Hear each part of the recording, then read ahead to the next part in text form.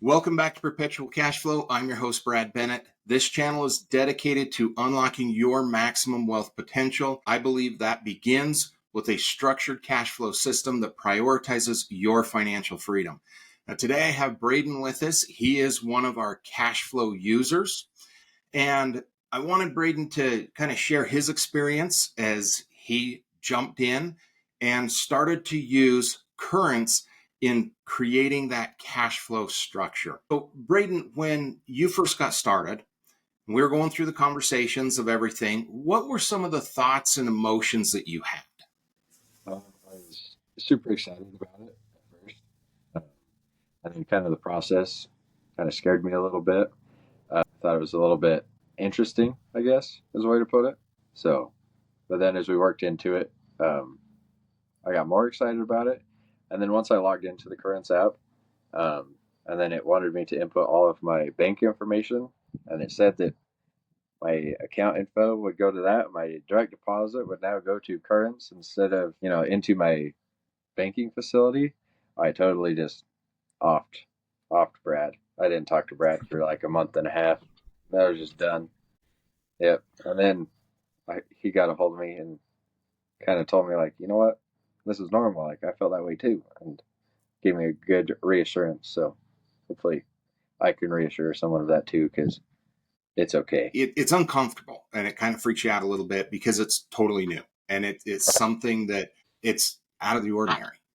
We don't do that usually. We talk to HR and they ask, what checking account do you want your paycheck deposited into? And it's the checking account that you've had for many, many of years. And it's just that comfort that we have with it. When we make that shift over into the currents reservoir, it kind of feels really uncomfortable there for a little bit. It does. My HR lady even called me after I had emailed her the link for everything, and she Uh-huh. called me to confirm that this was an actual thing, and I wanted my direct deposit to now go to Currents instead of to a bank. And it is still going into a bank. It's just not your local bank. Yeah, So it's just like any other checking account that you have. It just is creating that little bit of a speed bump in between you and your spending. And once you got everything in place and direct deposits were going into your currents reservoir and you had bolted your checking account to the reservoir, everything was set up, it was flowing. What are some of the things that you discovered in that process? well, I was looking. The reason I wanted to do Currents is because I was looking for something to use to track my spending and to check like what my budget was going to be. And so I kind of was forced to do that with Currents. And I would recommend if you're going to do this, save a little bit extra in your checking account because you're going to spend more than you think, and you're going to put less into Currents, and you're going to think you're going to spend a lot less than you do. So make sure you still have a little bit and that you're on top of that.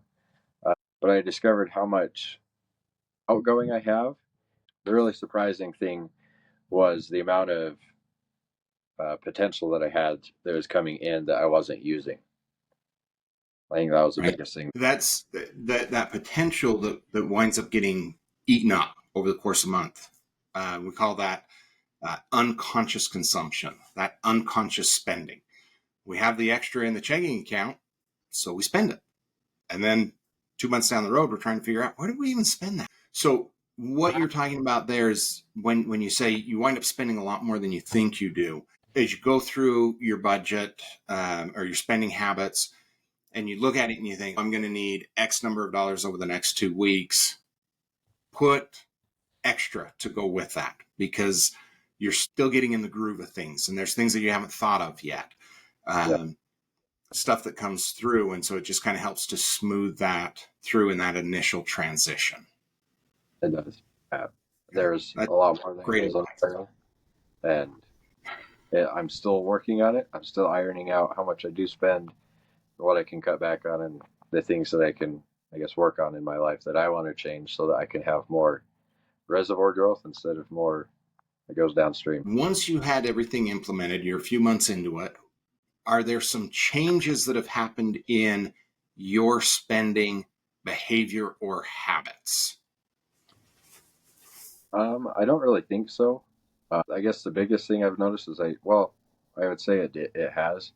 I'm more aware of what I am spending money on, um, but not necessarily the necessary things in life. I got those pretty well under control, but it was like at the end of the month when you look at your account or whatever, and all of a sudden you see that you have X amount of dollars left over, and you're like, wow, I have a lot of extra left over. I might as well go do something because I deserve it. So instead of So, having that number, I have saved that number instead. and it's growing quickly It as is. to what's in the reservoir at this point. So it's more of the end of the month spending as to, oh, I've got this extra, let's go do whatever. That's the part that's changed. Yeah. In Okay. the month and a half that I've done it, I have about doubled my savings account already. It's That's pretty it's good. been cool to see. Yeah. Do you feel like you've given up anything, or that you've really sacrificed things that you love in life? I don't believe so. I kind of live the life the same way. Yeah, I don't see it changing my life. I do the same things. I'm just aware of what I do instead of blatantly spending money on random things, I guess. You mentioned the growth inside of your reservoir. What's Yeah, it been like watching it grow at the rate it has been? honestly, very surprising. I was not expecting that at all. I was expecting like, oh, you know what? I saved a couple $100. And no, it's a little bit more significant than that. Right? So it's very surprising. From the conversations that we had as we were first getting started, putting everything together, uh, I actually got a little worried as you were a few weeks into it, and that, getting on the phone with you, making sure that everything was covered, everything was taken care of, Yeah, because of how fast it was growing. yeah, it was Uh, wild. it's been a cool journey, even though it's been relatively short period of time. How much progress that you've made with it. We've had quite a few conversations about creating your financial freedom. Before we implemented Currents, you had a lot of anxiety as to how in the world am I ever going to accomplish this with how fast we're seeing prices on things going up, and looking at how am I going to raise kids and pay for college or all of these different things and still be able to build an asset base that will provide the opportunities that we're looking for. How do you feel about that today? I feel a lot more confident when I was voicing those concerns. I wanted to know about these cash flow engines. Um, but I only had a couple $100 left over every month or whatever. And now instead of having that, I have, an amount that I can actually put towards something that will produce cash flow. Right. So it's very nice and peaceful. It's brought a lot of peace within my life. So it's very nice. You see the roadmap to achieving it at this point. Yeah. And the roadmap is a lot more clear. It's not quite as dotted line. More, That's yeah, it's got picture drawings on the side now. that's cool. I love to see as clients start working with it and how it just kind of explodes. And what their goals were becomes so much more clear, and they see how realistic they actually are to accomplish, Mm-hmm. because now they prioritize their financial freedom beyond all of the other things that come up during the course of a month. What advice would you give to somebody who's kind of sitting on the fence, or they're hesitant about making the shift? I would say just do it. You'll surprise yourself. You'll see the confidence in yourself grow, and that you can achieve these things.